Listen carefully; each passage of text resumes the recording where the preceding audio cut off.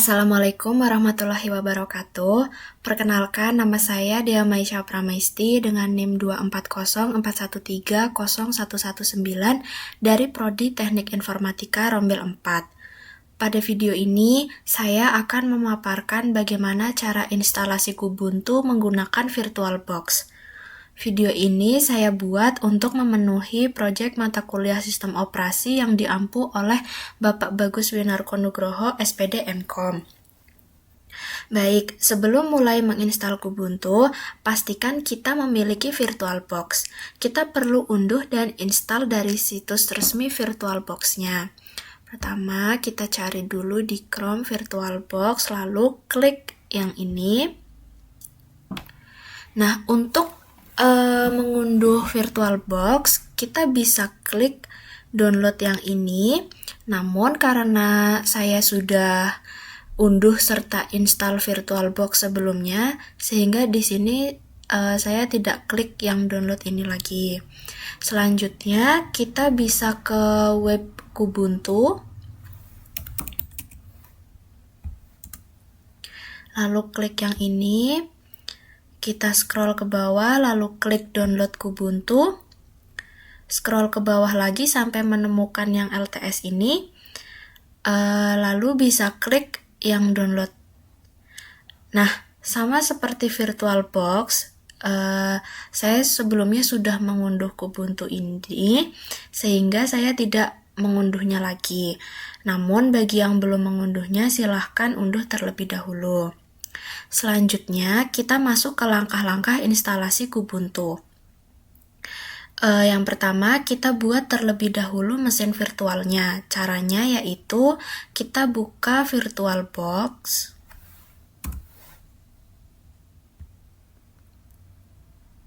Lalu klik New.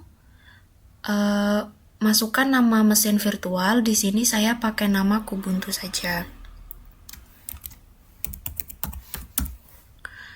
Pada ISO image, klik icon seperti panah ke arah bawah, lalu klik Other.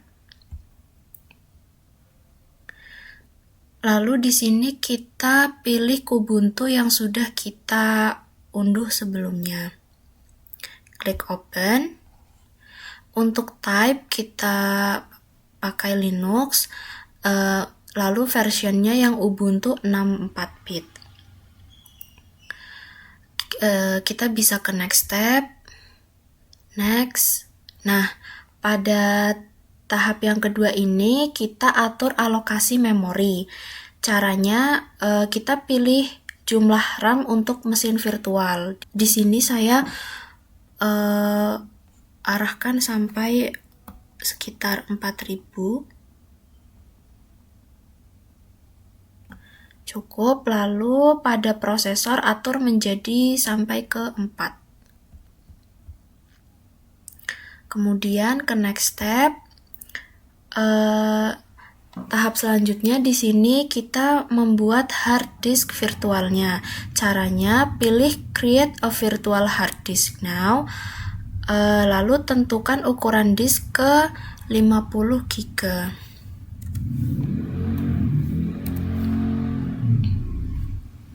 Kemudian kita bisa klik finish.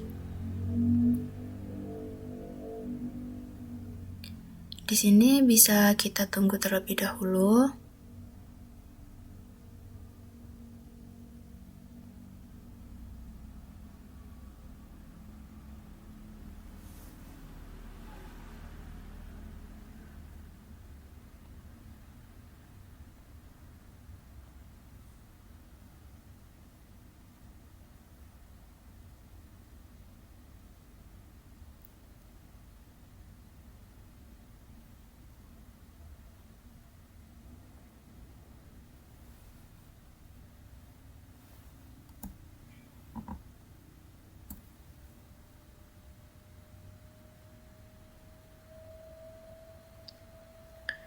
Nah, di sini untuk tahap selanjutnya kita mulai instalasi Kubuntu di VirtualBox-nya. Klik install Kubuntu.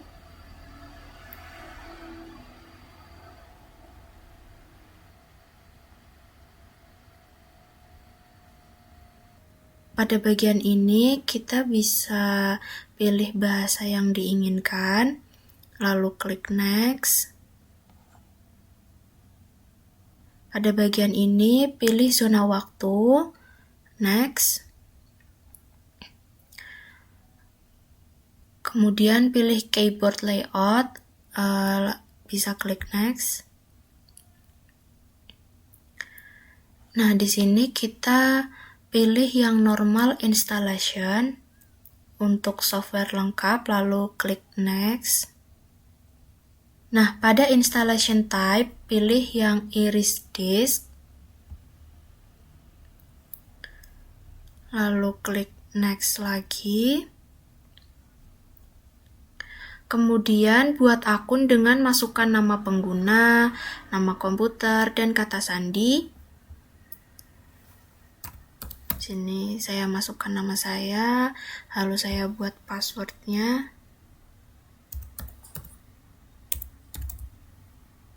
Repeat password. Kemudian klik next lagi. Nah, di sini kita bisa klik install, lalu klik install now. Oke, di sini kita tunggu proses instalasinya. Nah, pada proses instalasi akan memakan waktu beberapa menit ya. Oke, selagi menunggu proses instalasi, di sini saya akan sedikit menjelaskan tentang sejarah singkat mengenai Kubuntu serta kelebihan dan kekurangan dari Kubuntu. Jadi, Kubuntu pertama kali dirilis pada 8 April 2005 sebagai varian resmi dari Ubuntu. Nama Kubuntu berasal dari kombinasi KDE dan Ubuntu. Kubuntu merupakan sistem operasi berbasis Linux yang terkenal dengan filosofi kebersamaan dan kebebasan. Nama Ubuntu sendiri berasal dari bahasa Afrika Selatan yang berarti kemanusiaan untuk semua. Berbeda dengan Ubuntu yang menggunakan GNOME, Kubuntu hadir dengan lingkungan desktop KDE Plasma. KDE menawarkan pengalaman yang lebih modern, kaya fitur, dan bisa dikustomisasi secara mendalam. Selanjutnya, apa saja kelebihan dari Kubuntu? Jadi, yang pertama, desain modern dan menarik. Kubuntu dengan KDE Plasma dapat memberikan antarmuka yang sangat menarik, modern, serta fleksibel. Pengguna bisa mengatur tema, efek, widget, bahkan tata letak desktop sesuai keinginannya. Yang kedua,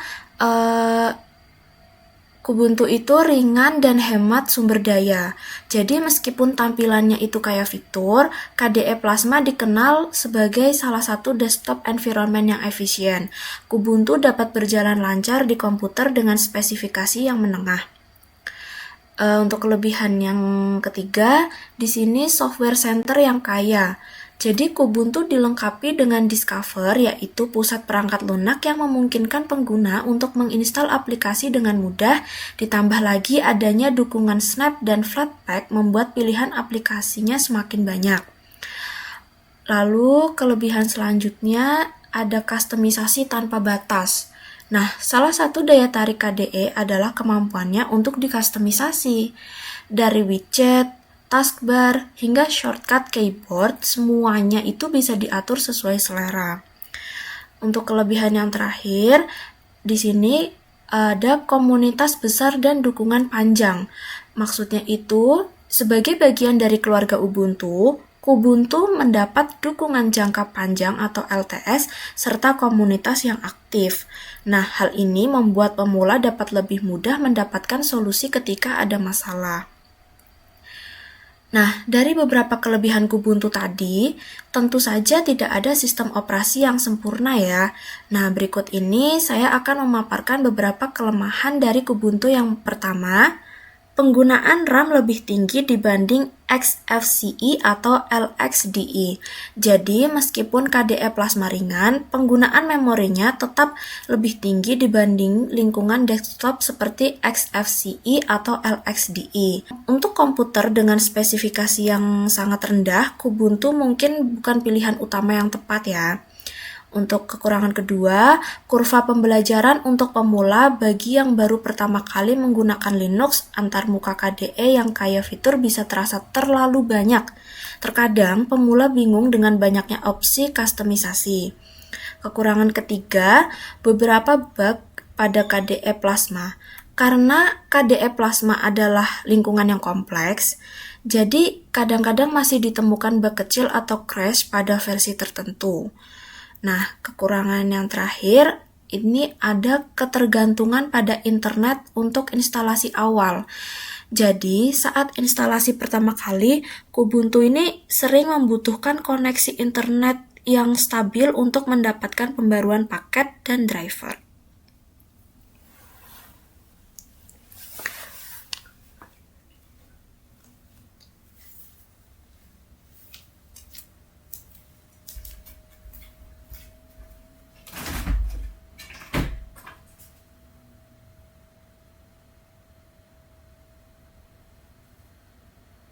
Nah, di sini setelah selesai proses instalasi, klik Restart Now. Lalu klik yang nih, Done.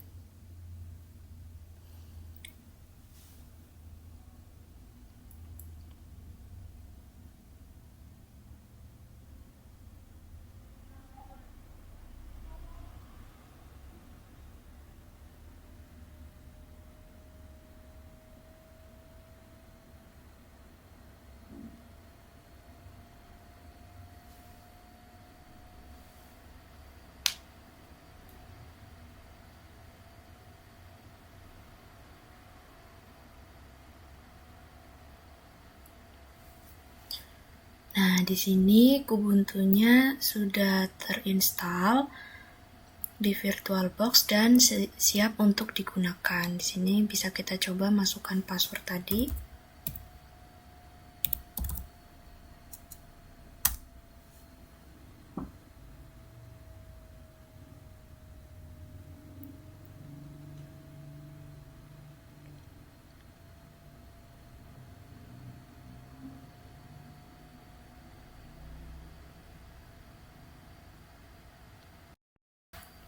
Nah, sudah selesai.